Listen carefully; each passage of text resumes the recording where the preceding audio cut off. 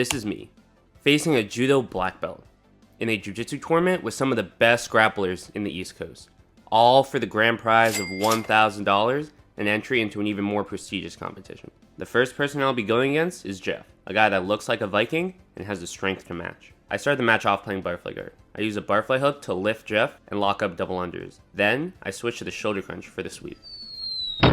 One mistake a lot of people make with the shoulder crunch is that they keep their elbow too low. This lets the person on top slip the arm out. For mount, Jeff bridges, so I throw up a triangle, and it slips off. To continue the attack, I go the north-south, but he's able to escape. Now I start working to pass Jeff's legs. I smash Jeff's knees together, and when he opens them up, I go for the knee slice. I kick my foot free to get the pass. Jeff brings his knee in to recover guard, but I use the opportunity to fall back on the heel hook. I connect my hands and start hipping in to get the finish. We roll through and I end up getting too excited, so I roll too far and we end up on the weak side. I try finishing from the weak side, but Jeff's able to kick free. To be honest, he just proved that leg locks don't work, and that was it. I'm mad at myself for not finishing that submission, but I keep putting on the pressure. I hit a knee pummel and pass his guard. Jeff tries hitting a ghost escape, but I counter by pulling him up on my lap and taking his back. He turtles to avoid the back take, but I come up and hit a power half Nelson to return him to the mat. I spent some time on Jeff's back and it became clear to me that he would be a hard person to submit. We ended up getting reset. This would be a great time for a restart. While this match was happening in the stands, Tim, the Judo Black Belt and Jiu-Jitsu Brown Belt that would be facing the winner of this match, was watching closely. But I continued the match none the wiser. I hit a grip break and start attacking Jeff's neck, but he uses his Viking strength to pull my arm around his head and escape.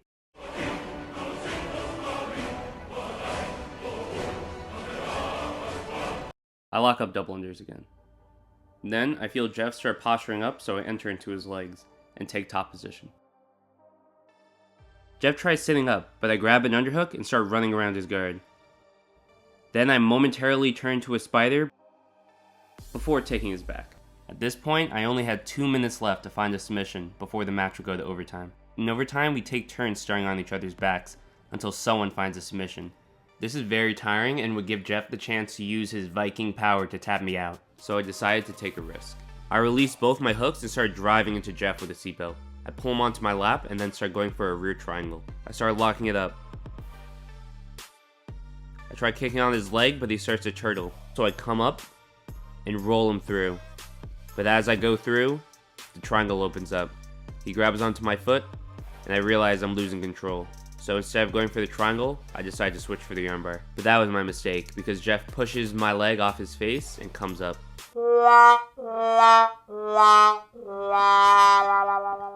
I eat an elbow, and I hit one more shoulder crunch for good measure before we go into overtime.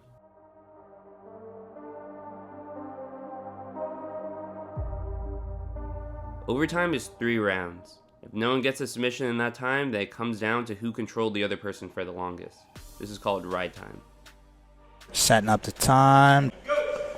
Nice. The round starts with Jeff on my back. I eat a bit of a neck crank before being able to turn out of his back control. I take Jeff's back. Once again, he grabs a 2-on-1 and brings it around his head for the escape. Jeff escaped faster in the first round, so I have to get out, and fast. Jeff locks up a body triangle. I need to quickly escape this body triangle so he doesn't get too much ride time. I bring my leg around his. Then I use a hook to break his triangle and free my hips. Then I hold Jeff for 1 minute and 8 seconds, putting me far in the lead. If I can escape in less than 36 seconds, I win. So I hit Jeff with his own move. I bring his arm around my head and spin out. With that 4-second escape, I won the match. It was time for my next match against Tim, the Judo Black Belt and Jiu-Jitsu Brown Belt. You might be wondering how I dealt with his dangerous judo game. Well, I did what any smart man would do. I pulled guard. I may have avoided his judo throws by pulling guard, but I still had a Jiu-Jitsu Brown Belt on top of me.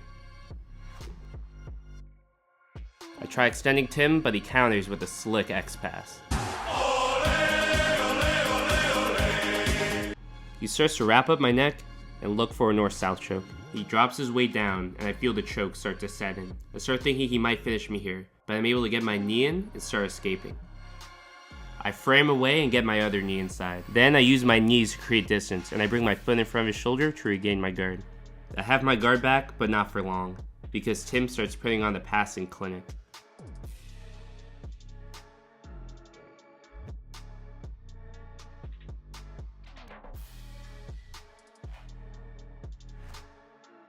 He tries hitting the X-Pass again, but this time I have my frames ready.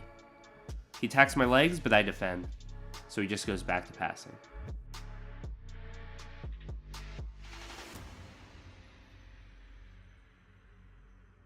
Tim flans me out and the pass becomes imminent. This is when I realized that Tim was just the better grappler. I was outmatched, and I decided to just, psych, you really thought I was gonna give up? I escape, and guess what? I hit this man with the arm drag. You already know what it is. That's 2 right there. 2 points. But this is sub only, so points don't matter. So I still need to submit this Judo Black Belt. Yeah, wish me luck. I hit a knee pummel.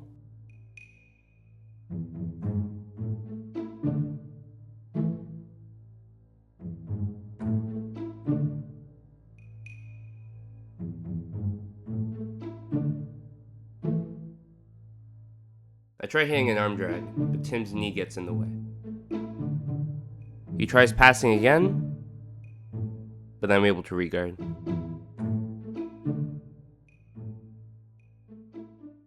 Tim was wrecking me, but I still had a chance. The match was about to go to overtime. If I won in overtime, then I'd come away with the victory. I just had 2 long matches with only about 7 minutes in between for rest, but nonetheless, I was ready to give this overtime all the energy I had left. I hit the classic. I bring Tim's arm around my head as I spin out to get the escape. In only 18 seconds, it's my turn to take Tim's back. Tim turns his hips to loosen my hooks. Then he starts spinning out of my back control. So I come up and hit a chair sit to retake his back. But I'm not able to pull him all the way through. So he starts walking his hips out and comes up for the escape. I controlled Tim for 16 seconds and he controlled me for 18. It was extremely close. These next 2 rounds would determine if I'd upset a Judo Black Belt or I would just walk away without the $1,000. Tim tries switching the side of his bi-triangle, but it gives me a chance to turn my hips and start escaping. However, Tim locks up an arm triangle and goes for the finish. I use all the strength I have left in my legs to bridge and try sucking my arm out, but it's tight. Just when I feel like I'm running out of strength, I bridge one last time and roll Tim over to get my arm free.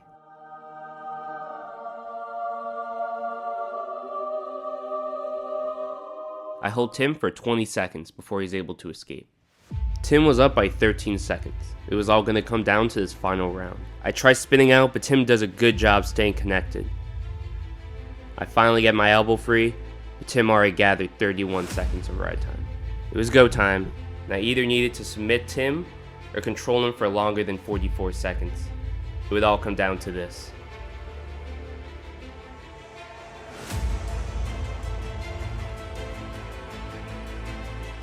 Josh still on the back. Tim still turning. He is out. That was it. I lost. But if you guys enjoyed, make sure you like and subscribe. I'll catch you next time. Peace.